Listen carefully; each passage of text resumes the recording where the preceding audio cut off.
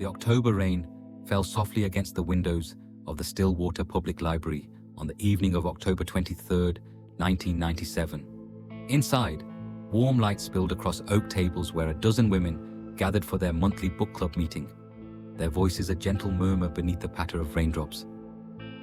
Margaret Ellen Hayes, 42 years old, sat at the head of the table in a burgundy cardigan and reading glasses perched on her nose, guiding the discussion of that month's selection with the same patient enthusiasm she brought to every literary gathering. Her silver Honda Accord sat in the parking lot outside, rain beading on its hood. The scent of fresh coffee mingled with old paper and wood polish. The smell of a place Margaret had called her second home for nearly 15 years. As the meeting drew to a close at 8:47 p.m., she gathered her notes, tucked them into her worn leather satchel, and smiled at the departing members. No one could have known that the gentle click of the library's back door closing behind her would be the last sound she'd make in the world she knew. Margaret Hayes had been the head librarian at Stillwater Public Library since 1982, a position she'd earned through dedication and a genuine love for connecting people with stories. Born in Portland on April 12, 1955, she'd grown up as the middle child of 5 in a modest household where books were treasured luxuries. Her father worked at the shipyard. Her mother took in sewing. Margaret earned a scholarship to the University of Oregon, graduating in 1977 with a degree in library science, and returned to her hometown of Stillwater, a quiet community of 8,500 nestled in the Cascade foothills, with dreams of building something lasting. She married Thomas Hayes, a high school history teacher, in 1979. They had 2 children, Sarah, 17, and Daniel, 14. The family lived in a 2-story craftsman house on Maple Street, painted pale yellow with white trim, where Margaret kept an immaculate garden of roses and herbs. Friends described her as methodical, warm, and utterly reliable, the kind of person who remembered everyone's birthday and always brought homemade cookies to community events. She drove the same silver 1994 Honda Accord she'd bought new, kept her hair in a neat shoulder-length bob, and had a particular fondness for mystery novels, which she read voraciously between her library duties. Margaret's Thursday night book club had been meeting for 6 years, a rotating group of 12 to 15 women who gathered monthly to discuss everything from classics to contemporary fiction. She'd started the club herself after a patron suggested the library needed more community programming. The October 1997 meeting had focused on Sue Grafton's M is for Malice, and by all accounts, it had been a lively discussion. Margaret had led the conversation with her typical gentle authority, steering debates and drawing out quieter members. She'd seemed perfectly normal that evening, cheerful, engaged, perhaps a bit tired from a long day, but nothing that raised any concern. At 8:47 p.m., according to the library's security log, Margaret deactivated the alarm system using her personal code. 4 members of the book club had already left. The remaining attendees, Patricia Morrison, Janet Chen, and Diane Kruger, walked out with Margaret. They stood chatting in the parking lot for approximately 8 minutes, discussing next month's book selection. The rain had lightened to a drizzle. Patricia would later recall that Margaret mentioned stopping at the grocery store on her way home to pick up milk and bread for the next morning's breakfast. Janet remembered Margaret seemed preoccupied, checking her watch twice during the conversation, but attributed it to the late hour and Margaret's usual punctuality. At approximately 8:55 p.m., the 3 women said their goodbyes and got into their respective vehicles. Patricia Morrison, whose car was parked directly next to Margaret's Honda, watched in her rearview mirror as Margaret unlocked her car door, placed her leather satchel on the passenger seat, and climbed inside. Patricia pulled out of the parking lot first, followed by Janet, then Diane. Each woman assumed Margaret was right behind them. But Margaret Hayes never came home. Thomas Hayes had been grading papers in his study when the phone rang at 10:15 p.m. It was Sarah, Margaret's daughter, calling from her bedroom upstairs. "Dad, where's Mom? She's always home by 9:30 on book club nights." Thomas glanced at the clock, feeling the first flutter of concern. He called Margaret's cell phone, a new Nokia she'd gotten 6 months earlier, and it rang through to voicemail. He called the library. No answer. He told Sarah not to worry, that her mother had probably stopped somewhere, but he felt his chest tighten. By 10:45 p.m., with still no word from Margaret, Thomas got in his car and drove to the library. The parking lot was empty except for one vehicle, Margaret's silver Honda Accord, sitting exactly where she'd parked it nearly 2 hours earlier. The car was locked. When Thomas peered through the window with his flashlight, he could see Margaret's leather satchel sitting on the passenger seat, her reading glasses folded on top. Her keys were not in the ignition. Nothing appeared disturbed. But Margaret was gone. Thomas called 911 at 10:52 p.m.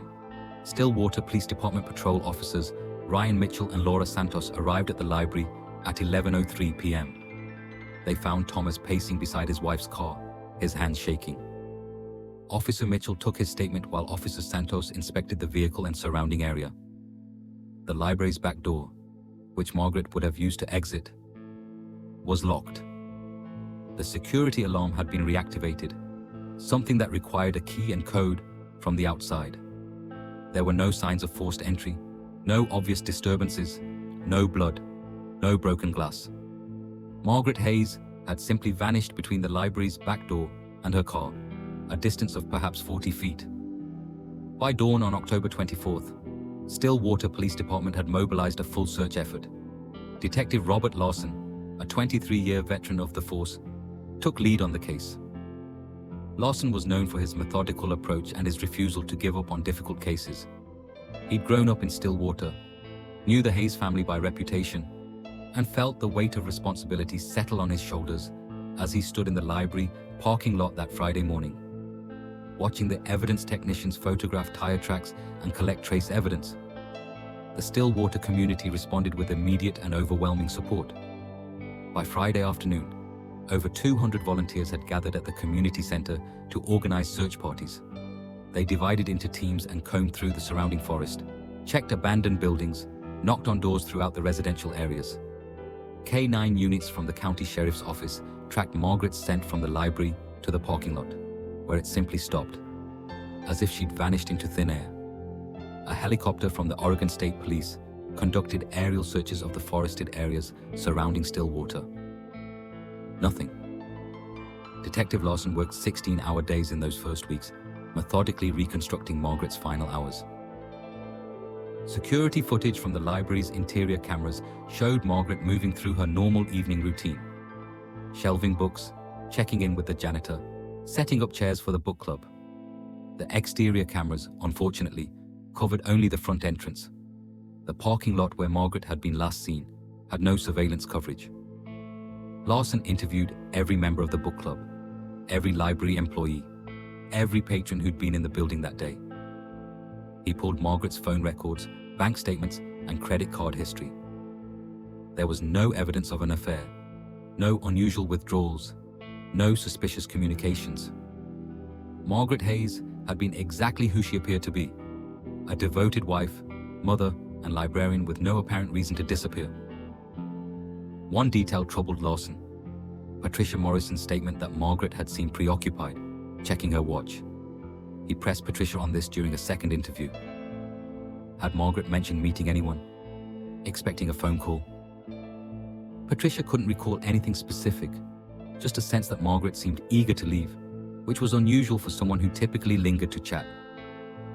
But eager to leave for what? The grocery store, home, or something else? Larson also noted that the library's security alarm had been reactivated after Margaret left. This required someone to have Margaret's key and know her code, or for Margaret herself to have gone back inside and reset it. But why would she do that after already saying goodbye and getting in her car? The alarm company confirmed the code was entered at 9:01 p.m., 6 minutes after Patricia Morrison said she'd watched Margaret get into her vehicle. The discrepancy gnawed at Larson. By November, the media attention had reached Portland and Eugene. Margaret's case appeared on local news broadcasts and in newspapers across Oregon. Thomas Hayes held a tearful press conference, with Sarah and Daniel beside him, pleading for information. "Margaret is the heart of our family," Thomas said, his voice breaking. "Someone knows something. Please, if you have any information, no matter how small, Come forward. The Stillwater community raised $25,000 for a reward fund. Posters with Margaret's photograph. A professional shot from the library's website showing her warm smile and kind eyes appeared in every storefront window, on every telephone pole. Tips flooded in. Larson and his team investigated each one. A woman matching Margaret's description had been seen at a rest stop near Salem, but the witness later admitted he couldn't be certain. A psychic called, claiming Margaret's body was buried near a waterfall in the Cascades. Search teams found nothing. A former library patron with a history of mental illness became a person of interest after making strange comments about Margaret to other patrons. But his alibi was solid. He'd been in Portland the night of October 23rd, verified by multiple witnesses and receipts. The case consumed Larson's life. His wife urged him to maintain perspective, to remember he couldn't solve every case, but Larson couldn't let go. He kept Margaret's file on his desk, reviewed it daily, looking for the detail he'd missed. He drove to the library parking lot at night, stood where Margaret's car had been, tried to envision what had happened. Had someone approached her, forced her into another vehicle? But how, in a matter of minutes, with no witnesses and no screams? Had she gone with someone willingly? But who and why? Days turned to weeks, weeks to months, months to years. By 1998, the active search had ended, though Larson kept the case file open. The Hayes family tried to rebuild their fractured lives. Thomas continued teaching, though colleagues said he seemed hollowed out, going through the motions. Sarah left for college in California, eager to escape the town where her mother's absence haunted every street corner. Daniel grew quiet and withdrawn, spending hours alone in his room. The yellow house on Maple Street fell into disrepair. Margaret's rose garden became overgrown with weeds. Every October 23rd, the Stillwater community held a vigil at the library. Candles flickered in the parking lot where Margaret had last been seen. Patricia Morrison attended every year, tears streaming down her face, tormented by the fact that she'd been one of the last people to see her friend alive. The book club disbanded after Margaret's disappearance. None of the women could bear to continue without her. Detective Larson retired from the Stillwater Police Department in 2008, but he kept a copy of Margaret Hayes' case file in his home office. He'd never forgotten her, never stopped wondering what he'd missed. The case had become his white whale, the failure that defined his career despite his many successes. He'd sometimes drive by the library, now modernized with new surveillance cameras covering every inch of the property, and think about the woman who disappeared into the October night 27 years ago. By 2015, Thomas Hayes had moved to Arizona to live near Sarah, who'd married and had 2 children of her own. Daniel had become a counselor specializing in trauma, his mother's disappearance having shaped his life's work. The house on Maple Street sold to a young family who knew nothing of its history. Stillwater had grown to nearly 15,000 residents, many of them newcomers who'd never heard of Margaret Hayes.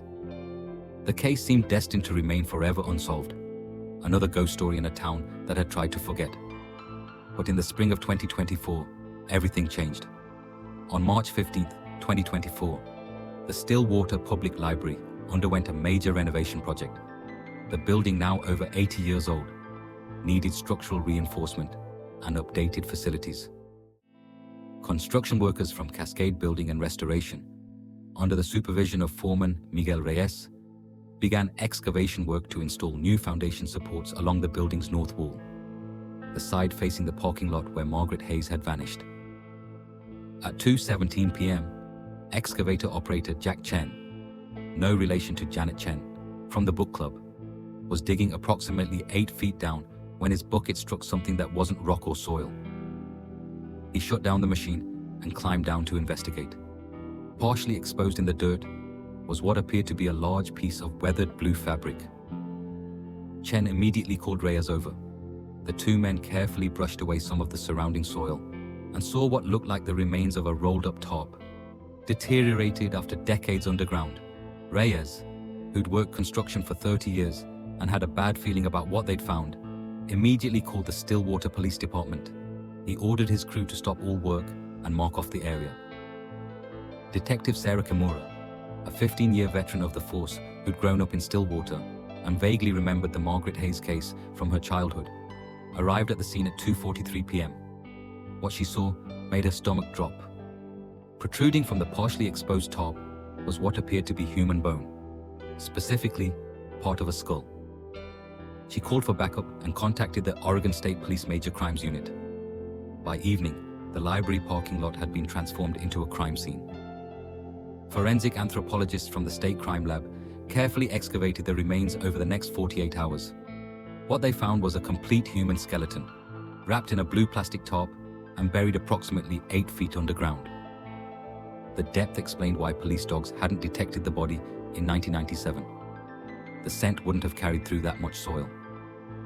The location was directly beneath what had been, in 1997, an area of the parking lot near the library's back door, within 40 feet of where Margaret Hayes' car had been parked that October night. Along with the skeletal remains, investigators found fragments of clothing, burgundy fabric consistent with a cardigan, denim, a leather belt. They found a tarnished wedding ring, and they found something that made Detective Kimura's hands tremble as she photographed it. A pair of reading glasses with distinctive tortoiseshell frames, still recognizable despite the years underground. The remains were transported to the State Forensic Laboratory in Portland for analysis. DNA extraction from the teeth and long bones would take several weeks, but the circumstantial evidence was overwhelming. The location, the clothing, the reading glasses, the wedding ring. Everything pointed to one conclusion. On April 3, 2024, the Oregon State Medical Examiner's Office confirmed through DNA comparison, with samples provided by Daniel Hayes, that the remains were those of Margaret Ellen Hayes. The cause of death: blunt force trauma to the skull, consistent with being struck by a heavy object. The manner of death: homicide. The news hit Stillwater like an earthquake. After 27 years of questions, the community finally had an answer. But that answer brought new horror. Margaret Hayes hadn't run away, hadn't started a new life somewhere. She'd been murdered and buried within yards of where she'd last been seen alive. Thomas Hayes, now 76 and living in Phoenix, received the call from Detective Kimura. He collapsed in his daughter Sarah's living room. 3 decades of hope finally extinguished. Sarah held her father as he wept, his body shaking with grief that had been frozen in time for 27 years. Daniel flew in from Seattle, and the 3 of them held each other, finally able to mourn Margaret properly, but devastated by the brutal truth of her death. Detective Kimura inherited what had been Detective Larson's obsession. She pulled every file, every report, every interview transcript from 1997. She brought in retired Detective Larson as a consultant. At 74, he drove from his retirement home in Bend to help solve the case that had haunted him for decades. Together, they began to re-examine everything with fresh eyes and modern investigative tools. The forensic analysis provided crucial new information.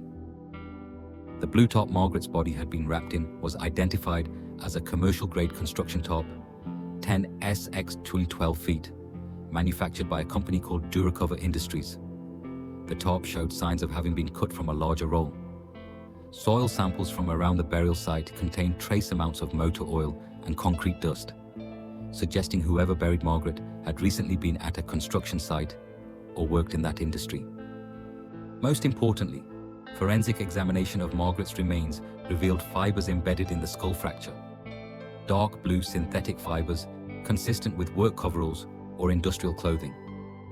Under microscopic analysis, these fibers showed characteristics of flame retardant treatment, the type used in professional workwear. Kimura and Larson returned to the original case files with new focus. Who had access to construction materials in October 1997? Who worked in construction or maintenance? They compiled a list of every person who'd been interviewed in 1997, cross-referencing with employment records, looking for connections to the construction industry. One name emerged: David William Kramer. In 1997, David Kramer had been 47 years old, the owner of Kramer Maintenance Services, a small company that provided janitorial and handyman services to commercial buildings throughout Stillwater and the surrounding area. Kramer's company had held the maintenance contract for the Stillwater Public Library since 1995. Kramer himself, along with 2 employees, was responsible for cleaning the library 3 evenings per week, handling minor repairs, and maintaining the building's exterior. Detective Larson had interviewed Kramer in October 1997 as part of the routine canvassing of anyone connected to the library. According to Larson's notes, Kramer had been cooperative but nervous, which Larson had attributed to normal anxiety about being questioned by police. Kramer stated he'd last been at the library on October 21, 1997, 2 days before Margaret's disappearance, and had been home alone on the evening of October 23rd. His wife had been visiting her sister in Seattle. Without any evidence connecting him to Margaret's disappearance, and with dozens of other people to interview, Larson had moved on. The interview had lasted 20 minutes. Now, 27 years later, Kimura dug deep into David Kramer's background. What she found painted a disturbing picture. Kramer had been born in 1950 in Spokane, Washington, to an abusive father and an alcoholic mother.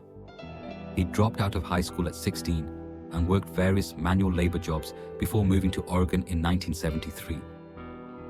In 1976, he'd been arrested in Eugene for assault. He'd attacked a woman in a parking lot after she'd rejected his advances. He'd served 18 months in prison and been released in 1978. In 1982, while working as a janitor at a school in Salem, he'd been fired after a teacher reported him for inappropriate comments and behavior toward female staff members. He'd moved to Stillwater in 1983 and started his maintenance business in 1985. Kimura requested all criminal records and found something chilling. In 1988, a woman named Jennifer Dawson had filed a police report against Kramer after he'd shown up uninvited at her apartment. Dawson worked at a medical office where Kramer's company provided cleaning services. She reported that Kramer had made her uncomfortable with prolonged staring and unwanted conversation. The report went nowhere. Dawson moved away shortly after, and Kramer faced no charges. The report had been filed with the county sheriff's office and hadn't appeared in the city police records Larson had searched in 1997.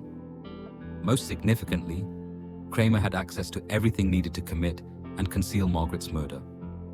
He had keys to the library, knew the alarm code, had access to construction tarps and equipment through his maintenance work, and wore the type of dark blue, flame-retardant coveralls that matched the fibers found on Margaret's skull.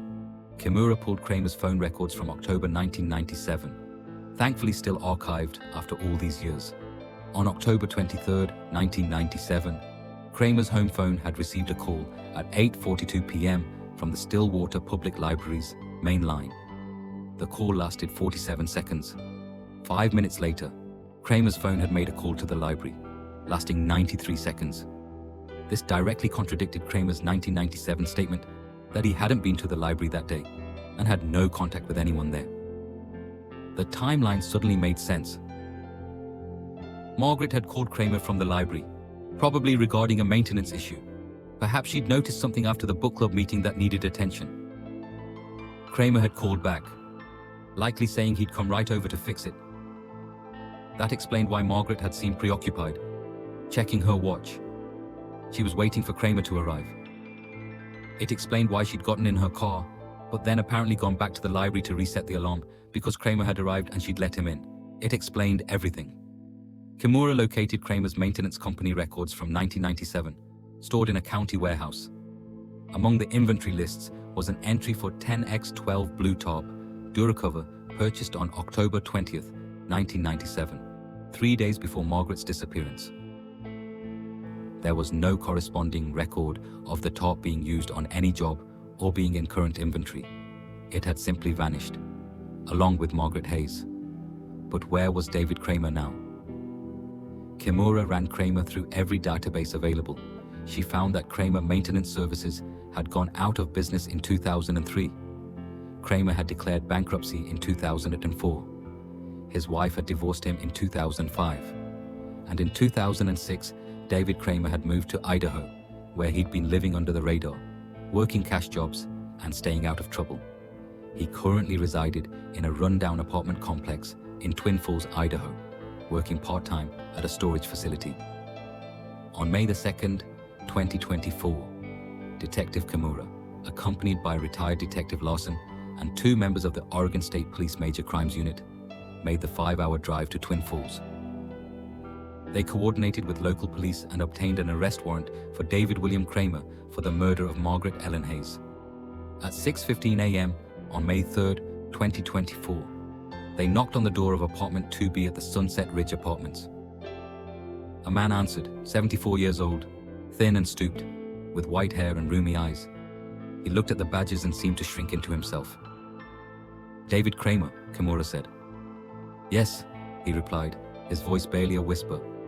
"I'm Detective Sarah Kimura with the Stillwater Police Department. We have a warrant for your arrest in connection with the murder of Margaret Hayes." Kramer's face went pale. His hands began to shake. He said nothing as Kimura read him his Miranda rights, cuffed him, and led him to the waiting police vehicle. Neighbors watched from their windows as the old man was placed in the back seat, his head bowed, looking like he might collapse. The drive back to Oregon took 5 hours. Kramer sat in silence, staring out the window. At the Oregon border, he finally spoke. "I've been waiting for this day for 27 years." At the Stillwater Police Department, Kramer was processed and placed in an interview room. Detective Kimura and Detective Lawson sat across from him at 3:30 p.m. Kimura activated the recording equipment and stated the date, time, and those present for the record. "Mr. Kramer, you've been advised of your rights. Do you understand them?" "Yes."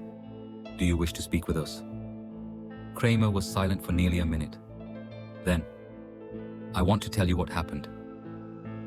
I've wanted to tell someone for 27 years. Kimura glanced at Lawson.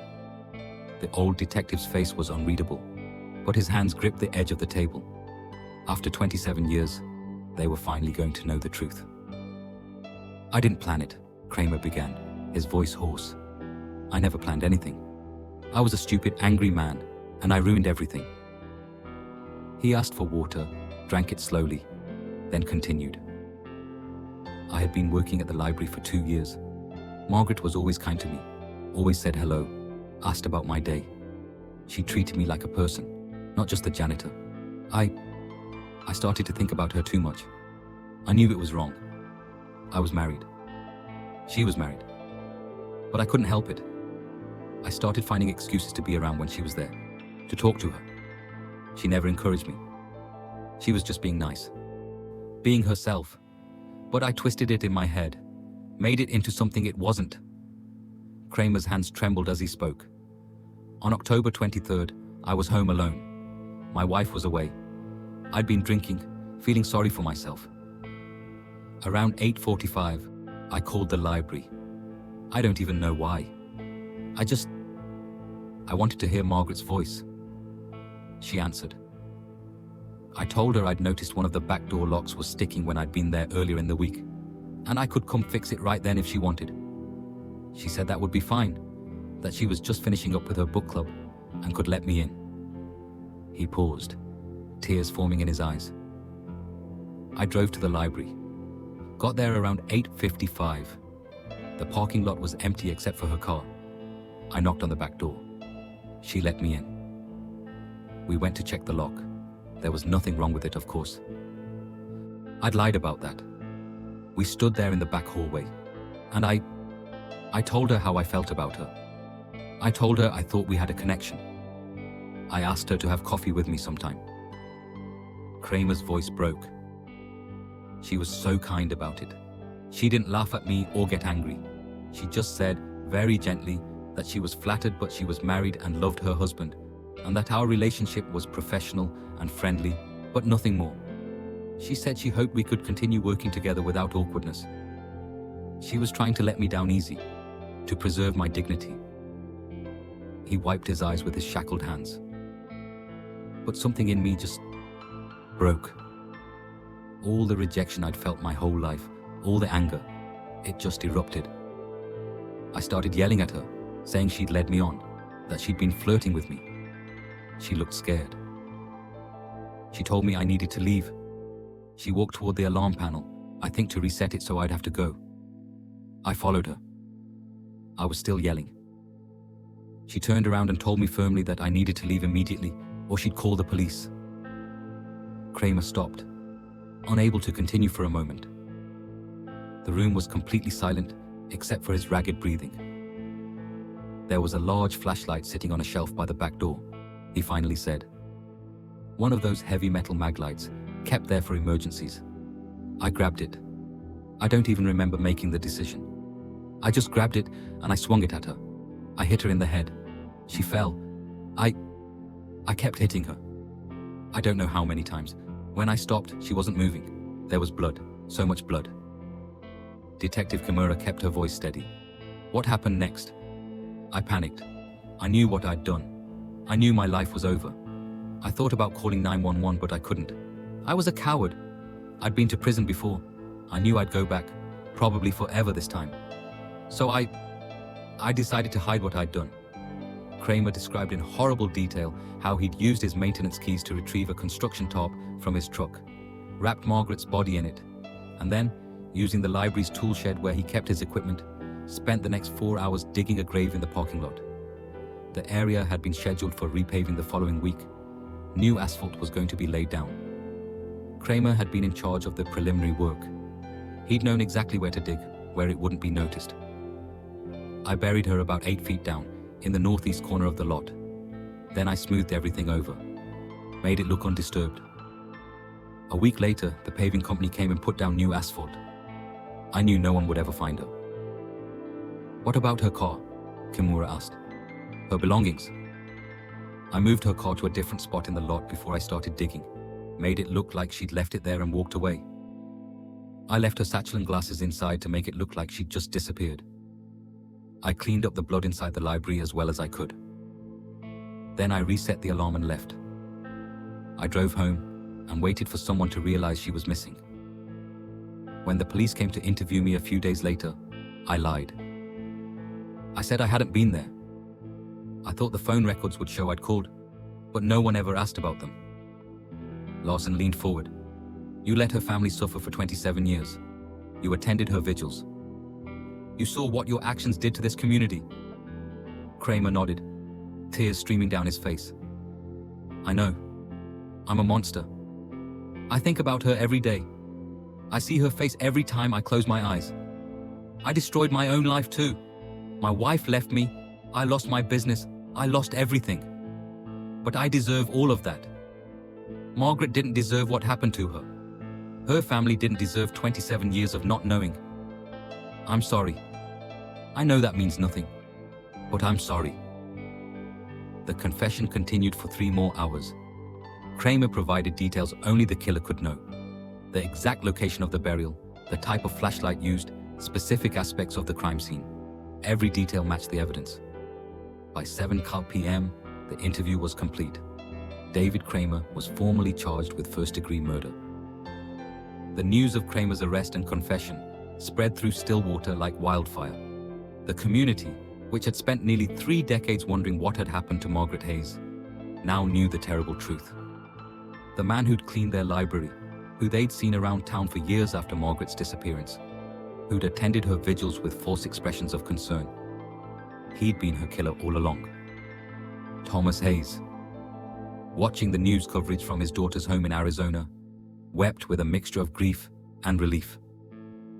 At least now we know, he told reporters who called. At least now Margaret can rest in peace, and the person who took her from us will face justice. The legal proceedings moved forward with unusual speed. David Kramer, advised by his public defender, agreed to plead guilty to first-degree murder in exchange for the prosecution not seeking the death penalty. On August 15, 2024, in a packed Stillwater courthouse, Kramer appeared before Judge Richard Morrison for sentencing. The prosecution presented the complete case, the phone records, the top evidence, the fiber analysis, and most compellingly, Kramer's own detailed confession. They painted a picture of a predatory man who'd become obsessed with an innocent woman, killed her in a rage when she rejected him, and then methodically covered up his crime while her family suffered. The defense argued for leniency based on Kramer's age, his lack of prior violent convictions, and his confession. They portrayed him as a damaged man who'd made a terrible mistake in a moment of drunken rage and had been haunted by it ever since. Then came the victim impact statements. Sarah Hayes, now 44, stood before the court, her voice strong despite her tears. Margaret Ellen Hayes was my mother. She was my best friend, my role model, the person who taught me to love reading and to be kind to everyone. When I was 17, she vanished from my life without warning, and I've spent the last 27 years wondering what happened to her. Did she suffer? Did she think of us at the end? Now I know the answers, and they're worse than I imagined. David Kramer didn't just kill my mother, he killed my faith in humanity. He attended her vigils. He looked my father in the eye and pretended to sympathize. He's not just a killer, he's a coward who let us suffer for decades. Daniel Hayes spoke next, his voice quieter, but no less powerful. I became a trauma counselor because of what happened to my mother. I've dedicated my life to helping people who've experienced loss and grief. But I've never been able to fully heal my own trauma because I never knew what happened. David Kramer stole my mother from me when I was 14 years old. He stole my sense of safety, my trust in others, and 27 years of closure. I'll never get that time back. Neither will my father, my sister, or anyone who loved Margaret Hayes. Thomas Hayes, too frail to travel, had submitted a written statement that was read by the prosecutor. Margaret was the love of my life. We had plans. We were going to travel after I retired, see the world together, grow old together. David Kramer took all of that away in a moment of selfish rage. But worse than taking Margaret from me, he took the chance to say goodbye. He took the chance to mourn properly. He took 27 years of my life and filled them with false hope and unanswered questions. I'll never forgive him. I hope he spends the rest of his life remembering what he did and knowing that he destroyed not just Margaret, but everyone who loved her. Finally, Judge Morrison spoke. Mr. Kramer, I've presided over many difficult cases in my 30 years on the bench, but few have affected me as deeply as this one. You murdered an innocent woman who showed you nothing but kindness. You disposed of her body like garbage. And then, perhaps most egregiously, you allowed her family to suffer in ignorance for 27 years. Your eventual confession does not absolve you. It merely confirms what the evidence already proved, that you are guilty of one of the most callous crimes this community has ever seen. Judge Morrison sentenced David Kramer to life in prison without the possibility of parole. Kramer, showing no emotion, was led from the courtroom. He would spend the remainder of his life in Oregon State Penitentiary, where he would die behind bars. A fate many felt was too merciful for what he'd done to Margaret Hayes. The sentencing brought a measure of closure to Stillwater and to the Hayes family, though closure is perhaps the wrong word. You don't close the door on something like this, Sarah Hayes said in an interview months after the trial. You learn to live with it. You carry it with you. But at least now, we're carrying the truth instead of questions. In October 2024, on the 27th anniversary of Margaret's disappearance, the Stillwater community held a different kind of vigil. Instead of candles and questions, they gathered to celebrate Margaret's life and legacy. The library, now rebuilt with a modern addition, dedicated a reading room in Margaret's honor. The Margaret Ellen Hayes Memorial Library. Reading room features comfortable chairs, floor-to-ceiling windows, and walls lined with mystery novels, Margaret's favorite genre. A bronze plaque by the entrance reads, "In memory of Margaret Ellen Hayes, 1955-1997. Head librarian, book club leader, devoted mother and wife. She connected people with stories. May her story never be forgotten." Thomas Hayes, making his first trip back to Stillwater since moving to Arizona, stood in the reading room his wife would never see. Surrounded by books she would have loved, and felt something close to peace for the first time in 27 years. Sarah and Daniel stood beside him, along with Margaret's sister, and 3 of her original book club members. They shared memories of Margaret, her laugh, her patience, her love of happy endings. The Stillwater Police Department established the Margaret Hayes Cold Case Fund, using money from donations and a portion of Kramer's seized assets to provide resources for investigating other cold cases. Detective Kimura became the department's cold case specialist, inspired by the resolution of Margaret's case. Retired Detective Larson, who'd carried the weight of this unsolved case for decades, finally found the piece he'd been searching for. "I never forgot Margaret," he said at the dedication ceremony. "And I'm grateful that we finally got justice for her, even if it took 27 years." The resolution of Margaret's case led to renewed attention on other missing persons cases in Oregon. 3 additional cold cases were solved in the following year, 2 through forensic genealogy and 1 through witness testimony that had been previously overlooked. Margaret's case had proven that no case is ever truly closed, that advances in technology and persistent investigation can bring answers even after decades of silence. The Hayes family established the Margaret Hayes Reading Scholarship, which provides funding to library science students at the University of Oregon, Margaret's alma mater.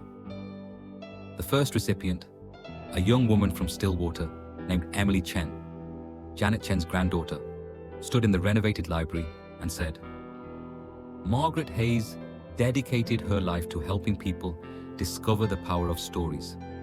Because of her legacy, I'll be able to do the same." For the people of Stillwater, Margaret's case became a reminder that evil can hide in plain sight, that the person you trust might betray that trust in the worst possible way. But it also became a testament to the power of persistence, the importance of never giving up on the missing, and the healing that comes with truth, no matter how painful. David Kramer sits in his prison cell, 74 years old and unlikely to ever see freedom again. By all accounts, he's a model prisoner, quiet and withdrawn, spending most of his time in the library, a cruel irony not lost on anyone. He refuses interviews, declines visits, and shows no interest in appealing his sentence. The man who spent 27 years running from his crime has finally stopped running. Margaret's body, after forensic examination was complete, was cremated according to Thomas's wishes. Her ashes were scattered in the garden behind the library, where she'd often eaten lunch and read during her breaks. In spring, the library staff plants roses there, Margaret's favorite flower, and the garden has become an unofficial memorial where people leave books they think Margaret would have enjoyed. The silver Honda Accord that sat in the library parking lot on October 23, 1997, was sold years ago, but its image remains in the case file, a symbol of an ordinary life interrupted by extraordinary violence. The leather satchel and reading glasses that sat on the passenger seat were returned to the Hayes family. Sarah keeps them in a memory box, along with photographs, Margaret's favorite bookmark, and letters her mother wrote but never got to send. There are no happy endings in stories like this one, only degrees of resolution. Margaret Hayes deserved to watch her children grow up, to meet her grandchildren, to retire from the job she loved, and travel the world with her husband. She deserved to live into old age, surrounded by the books and people she loved. David Kramer took all of that from her in a moment of rage and selfishness. But Margaret's story doesn't end with her death. It continues in the reading room that bears her name, in the students who receive scholarships in her honor, in the cold cases solved, because investigators refuse to give up. It continues in Sarah's work as a teacher, carrying on her mother's dedication to education. It continues in Daniel's work as a counselor, helping others heal from trauma. It continues in every person who visits the Stillwater Public Library and sees her memorial plaque, remembering that behind every missing person's case is a real person, someone loved, someone missed, someone who deserves justice.